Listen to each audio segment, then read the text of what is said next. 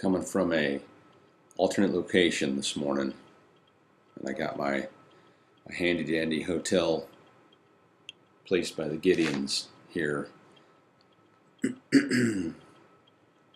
So excuse me. So we're in Mark 1 still,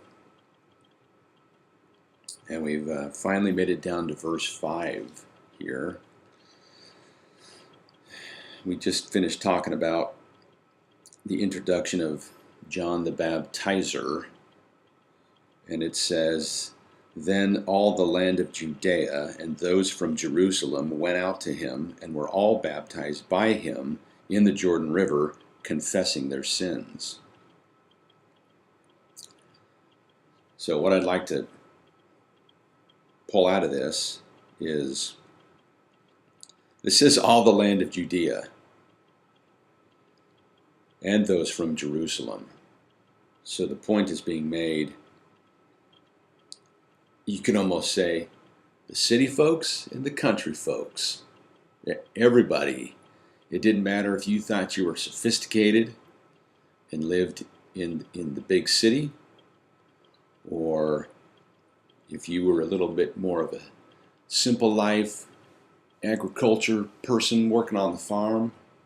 Do you work with, are you a businessman or are you a farmer? Do you work with your wits or do you work with your hands? Educated, uneducated. Seems like the point here is saying all the land of Judea and those from Jerusalem went out to him and were all baptized by him in the Jordan River, confessing their sins. So, like we talked about last time,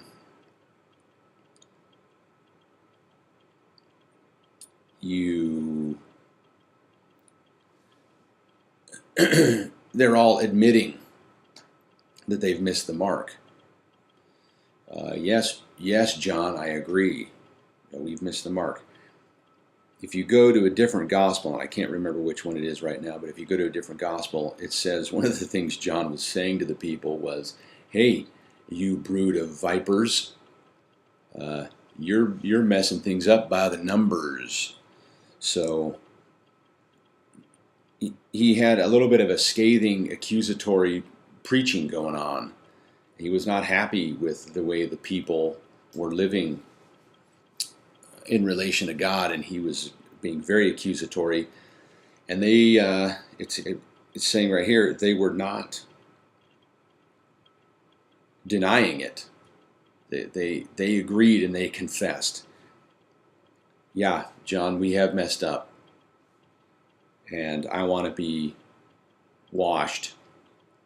I'm gonna have you dunk me in this water as a sign of my confession, and I'm going to accept what you're pointing to, which is someone else coming who's going to take the blame for me. Up to this point in their history, they had to do animal sacrifice, and that is how they paid for their sins.